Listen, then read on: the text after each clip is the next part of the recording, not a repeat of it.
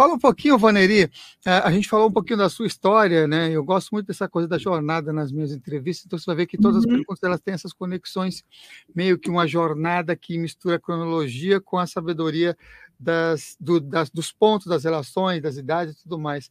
Mas fala um pouquinho sobre, na história em si, desde quando as danças circulares estão meio que presentes no seio da humanidade. Fala um pouquinho sobre isso. Nossa, querido, nós vamos encontrar figuras dançantes já no Paleolítico, mas figuras que se julgam dançantes, tem estudiosos que falam que são figuras dançantes, mas solo. Mas no período do Mesolítico para o Neolítico, ou seja, eu estou falando de mais ou menos 10.000, 8.000 anos antes de Cristo, nós vamos começar a encontrar figuras dançantes em roda. Vamos lembrar que nós estamos falando de um período Mesolítico para o Neolítico, da fixação das pessoas deixando de ser nômade, grupos nômades, para formar aldeias, deixando de ser clãs para formar tribos. E a partir desse momento, começamos a encontrar mais indícios de danças em círculo. A princípio, de mãos soltas, como a gente vai ver a roda de Adáura com 2 Ds, pesquisem aí, 8.000 anos antes de Cristo, em Itália, Palermo, mas vamos encontrar outras posteriormente com as mãos dadas. Se nós estamos tendo um corpo coletivo dançante, significa que as pessoas estão se expressando dentro de um grupo. As normas, as regras estão começando a se formar e estabilizar dentro de um grupo. E olha, Samuel, que curioso. Eu estou conjecturando agora. Enquanto as mãos estão soltas, um grupo pode, em roda, dançar de diferentes formas, e normalmente de forma ritualística, porque o primeiro ato de dança é um ato sagrado. Paul Boursier, no seu livro História da Dança no Ocidente, tem exatamente esse título no capítulo 1. E se num primeiro momento as mãos estão soltas e fazendo esse pulsar acontecer, quando damos as mãos, o que a gente vai encontrar logo em seguida, não dá para você fazer qualquer passo. Se você está com mãos conectadas, possivelmente haverá um padrão de algum passo a ser realizado. Então, nós estamos vendo, enquanto a sociedade se organiza enquanto grupo, enquanto formas de viver em grupo, esses passos também vão se tornando homogêneos. É muito curioso se a gente passar a refletir isso. Mas eu cinди um pouquinho com relação à sua questão, desde o Mesolítico para o Neolítico, 8.000 anos, por exemplo, eu falei da roda de Adáura, mas nós vamos encontrar outras rodas que estão presentes em Cefar, na Argélia, nós vamos encontrar também as danças circulares, e na região onde temos o Irã também já vamos encontrar, então tem diferentes lugares onde já pulsa isso. Uhum. E mais especificamente, fala um pouquinho sobre o movimento das danças circulares, como nós conhecemos na atualidade. Aí você falou um pouquinho dessa parte histórica, das pinturas, do pestre, dos vasos, dos registros que pode se encontrar dentro da arqueologia e o contexto assim, dessas danças circulares, não no seio da humanidade, mas só um pouquinho também do nascimento, do movimento, do chamado movimento das danças circulares. Para a gente falar isso, eu vou me permitir aqui um gancho, porque eu falei apenas desse início dessa dança, essa primeira dança, como um ato sagrado. Vamos lembrar que a dança de roda, ela prossegue na história, e já na história antiga, deixando a pré-história e na história antiga, ela vai retratar essa coisa que eu falei de organização, a dança como espaço de culto ao corpo, à religiosidade, aos ritos. Então, ela continua com seu valor gregário e sagrado. Conforme vai adentrando a Idade Média, Samuel, nós teremos uma erosão desse sagrado, porque o corpo passa a ser instrumento de pecado. Então, até antes da Idade Média, a gente já vai começar a ter várias erosões, porque de sociedades mítico-eróticas que nós éramos, mítico no sentido de ter por realidade um mito, e erótica por celebrar a vida. as aldeias, o ritmo com a agricultura fazia isso. Nós vamos transitando cada vez mais ao longo da história para sociedades lógico-mercantilistas. Então, quando temos a Revolução Industrial, por exemplo, nós vamos ter cada vez mais uma desconexão com esse valor gregário, onde o relógio natureza ainda impunha as suas leis e normas de como é possível atuar no trabalho.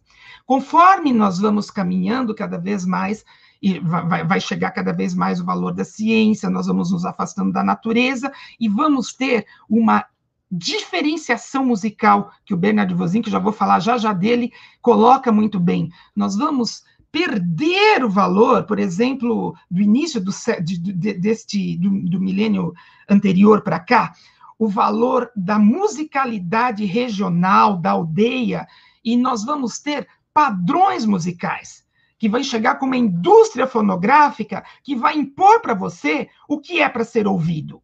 Cada vez mais isso vai acontecer. Então, nós vamos ter uma diluição desse valor gregário, que essa dança que eu falei para você, que foi sofrendo várias erosões, inclusive com proibição na Idade Média, mas isso é para outra história, para outra entrevista, que vai sofrendo várias erosões, vai acabar permanecendo no folclore em pequenas aldeias. Aí que eu vou trazer para você como é que nasce esse movimento, ou pelo menos eu estou trazendo o espírito da época, para poder falar de Bernard Voisin, esse bailarino que nasceu em Poussin, numa região que hoje é a Polônia, outrora era o Império, era a Alemanha, em 1908, e o Bernard, ao longo do seu caminho e da sua jornada, enquanto teologia que estudou, enquanto teologia e a dança que ele estudou, enquanto artista plástico que ele estudou, ele passou por diferentes possibilidades e acabou pesquisando, por diversos motivos ao longo da sua jornada, o valor das danças de roda.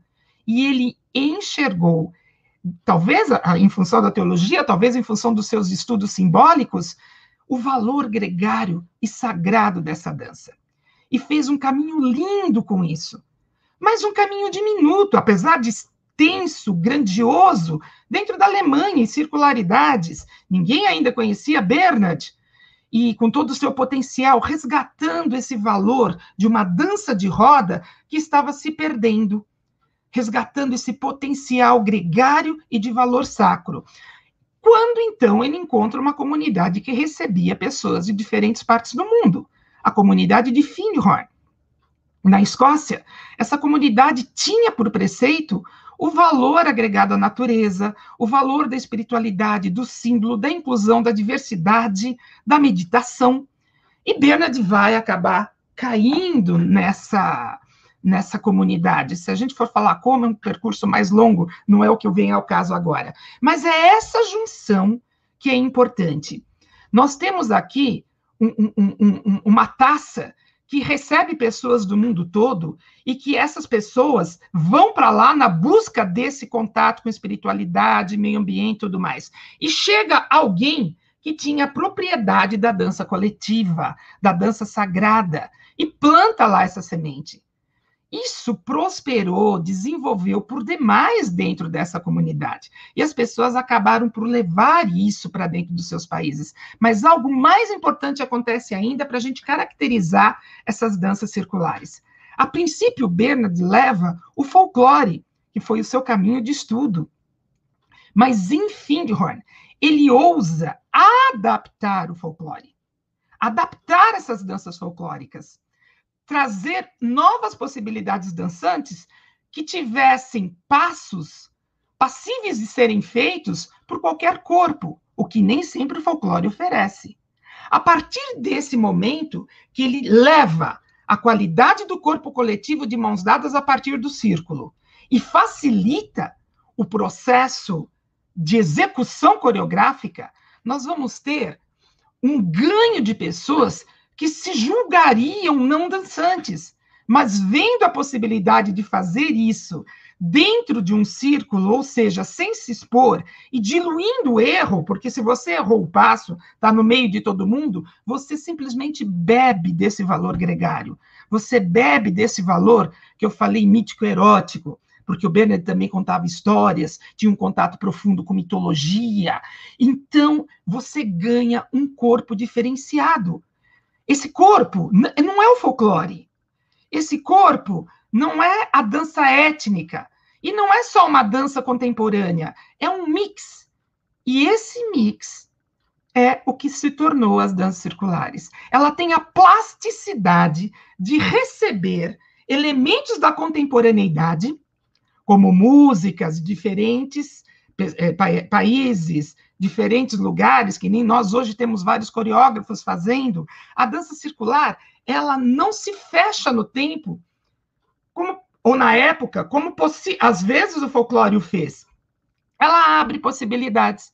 E essa plasticidade permite que as nossas necessidades atuais encontrem eco nesse movimento e nesse corpo coletivo. Não dá não preciso nem dizer da expansão que foi esse movimento, mas esse diferencial precisava estar trazendo para a gente poder identificar. Inclusive, Bernard em Findhorn, as danças circulares em Findhorn, passaram também por um momento difícil, onde a Sociedade Internacional de Dança Folclórica caía em cima. Falou assim, o que vocês estão construindo? Vocês estão diluindo os passos folclóricos? Até que, com o passar do tempo, se entendeu que uma coisa é uma coisa e outra é outra. Né? As danças folclóricas devem, sim, ser preservadas. Elas são nosso berço, é aonde Bernard bebeu e onde nós bebemos por demais, porque lá existem passos, lá existem desenhos coreográficos que nutrem a simbologia que hoje nós usamos para fazer o contemporâneo. Então, é importantíssimo o folclore, e é importantíssimo permitir que a contemporaneidade perpasse, tenha espaço através das musicalidades, através desse corpo de hoje, para também e acontecer no valor gregário circular.